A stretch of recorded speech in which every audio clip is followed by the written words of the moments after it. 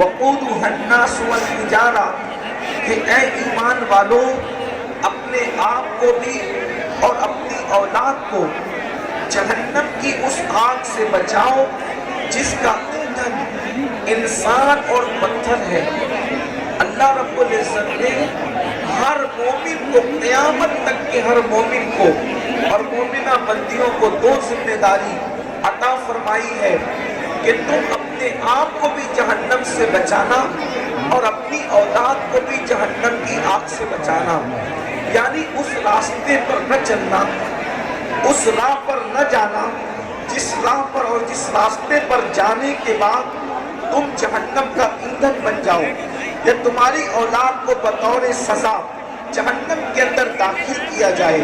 میرے آقا صلی اللہ علیہ وآلہ وسلم کے دیوانوں، یہ جہنم کیا ہے اور جہنم کا عذاب کیا ہے؟ بہت سارے مسلمان ہمارے نوجوان ان کو ایسا لگتا ہے کہ جب بھی اللہ کے عذاب کا ذکر کیا جاتا ہے، جب بھی اللہ کے عذاب کا تذکرہ کیا جاتا ہے تو ان کو یوں لگتا ہے شاید یہ بات کسی خطیب کی خطابت ہو، شاید یہ بات مولویوں کا کھڑا ہوا قصہ ہو، لیکن حقیقت یہ ہے، سچائی یہ ہے کہ جہنم کا تذکرہ اللہ نے قرآن میں کئی مقامات پر فرمایا۔ جہنم کا تذکرہ احادیث مصطفیٰ صلی اللہ علیہ وآلہ وسلم کے اندر بکثرت موجود ہے، بلکہ اگر آپ پورے قرآن کو اٹھا کر کے پڑھیں گے تو قرآن مقدس کا 70% حصہ اسی آخرت پر مشتمل ہے، جس میں عذاب کا ذکر ہے، جس میں انعامات کا ذکر ہے، جس میں جنت و جہنم کا ذکر ہے، جس میں میدان محشر کا تذکرہ ہے۔ میرے پیارے آقا صلی اللہ علیہ وآلہ وسلم کے پیارے دیوانوں، اگر انسان یہاں خود فریبی کا شکار رہے، یہاں انسان اگر شیطان کے مکر اور فریب کا شکار رہے اور انسان قرآن مقدس کی بات پر دھیان نہ دے، احادیث مصطفیٰ پر دھیان نہ دے، تو ایک وقت وہ آئے گا جو موت کی تلوار انسان کے سروں پر لٹک رہی ہے، تو اللہ اکبر، وہ ہمارے اس رشتے کو جو جسم سے روح کا رشتہ ہے، اس رشتے کو وہ تلوار توڑ دے گی۔ سب کے سروں پر موت کی تلوار لٹک رہی ہے، پتہ نہیں اگلے لمحے کے اندر ہمارا شمار زندوں میں ہوگا یا مردوں میں ہوگا۔ اگلے لمحے ہمیں لوگ زندہ کہیں گے یا مردہ کہیں گے، زندہ کہیں گے یا میت کہیں گے۔ اگلے لمحے ہمارا ٹھکانہ ہمارے گھر کا بستر ہوگا یا قبر کی گود ہوگی، اس کی کوئی گارنٹی نہیں ہے۔ تو روح جو ہے وہ روح کا رشتہ جب تک جسم سے وابستہ ہے، روح اور جسم میں جب تک اتحاد ہے، انسان اس وقت تک اپنی آخرت کے نفع و نقصان کے لیے کام کر سکتا ہے۔ اگر ہم اچھا کریں گے تو آخرت کے نفع کے لیے، اور اچھا نہ کر سکے تو آخرت میں نقصان ہوگا۔ لیکن یاد رکھیں، اگر دنیا میں خود فریبی کا شکار رہے اور جہنم کے راستے پر چلتے رہے، اور جب روح کا رشتہ جسم سے ٹوٹ جائے گا تو یاد رکھنا پھر اللہ کے فیصلے ہیں۔ دنیا کی کوئی طاقت کسی جہنمی کو جنتی نہیں بنا سکتی۔ قدرت کسی کے جہنمی ہونے کا فیصلہ کر لے تو دنیا کے سارے انسان مل کر کے اس کو جنتی نہیں بنا سکتے، اور قدرت کسی کے جنتی ہونے کا فیصلہ کر لے تو دنیا کے سارے انسان مل کر اس کو جہنمی نہیں بنا سکتے۔ اتنا یاد رکھو میری قوم کے جوانوں، اللہ کا فیصلہ ہے۔ اللہ اکبر، اگر نبی کے سگے بیٹے کے کرتوت اللہ کے قانون کے مطابق نہیں رہتے تو اللہ نبی کے سگے بیٹے کو بھی جہنم کا کتا بنا دیتا ہے، جہنم کا ایندھن بنا دیتا ہے۔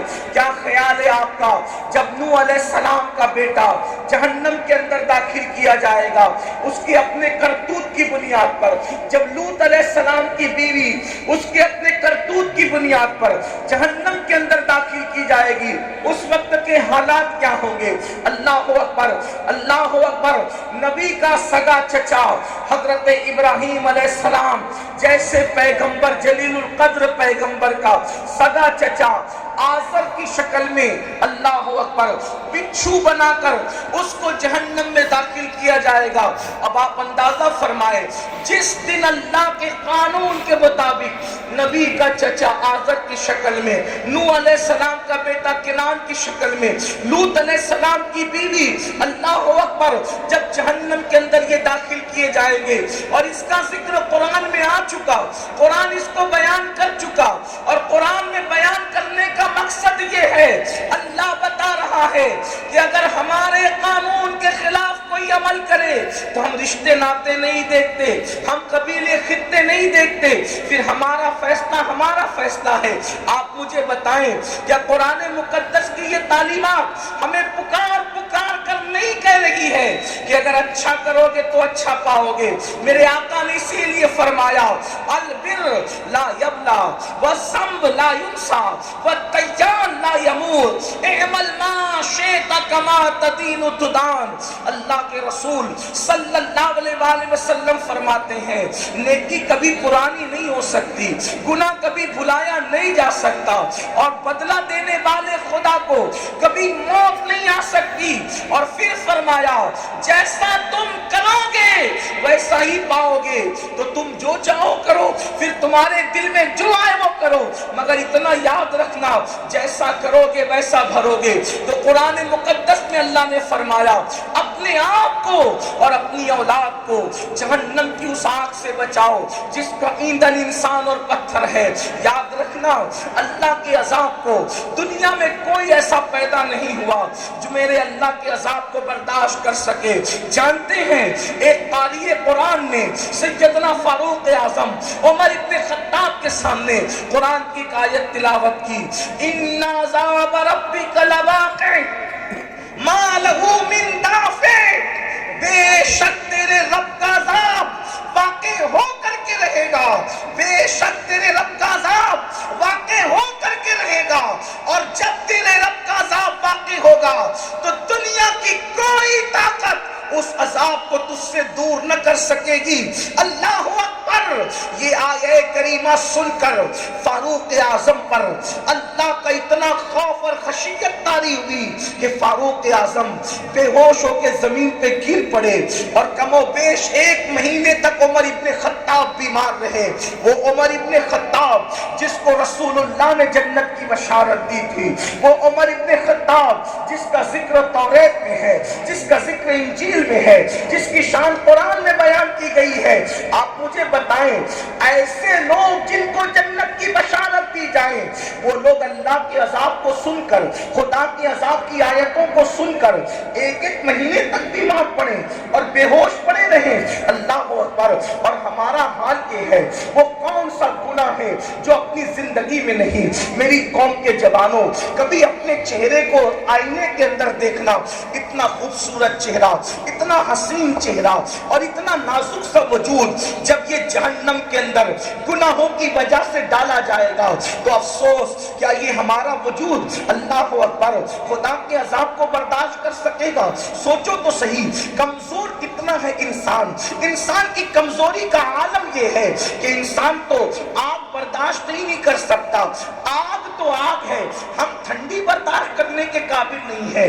جو انسان اتنا کمزور ہو کہ وہ ٹھنڈک برداشت نہ کر سکے، جو انسان اتنا کمزور ہو کہ وہ مکھی کا ڈنک برداشت نہ کر سکے، جو انسان اتنا کمزور ہو کہ وہ مچھر کا ڈنک برداشت نہ کر سکے، جو انسان اتنا کمزور ہو کہ اس کو کھیت کا بچھو کاٹے تو انسان تڑپتا پھرے، انسان بلکتا رہے، جسے سانپ ڈس لے تو انسان اس کا درد برداشت نہ کر کے موت کے گھاٹ اتر جائے۔ اللہ اکبر! جب دنیا کے ان حقیر سے چھوٹے چھوٹے جانور اور کیڑے مکوڑوں کی تکلیف ہم برداشت نہیں کر سکتے تو کہاں وہ جہنم کا عذاب ہے؟ اب ذرا آؤ، میری اپنی بات نہیں، کسی مولوی صاحب کی بات نہیں، بلکہ تمہارے اور میرے آقا، تمہارے اور میرے مالک و مولا، تمہارے اور میرے نبی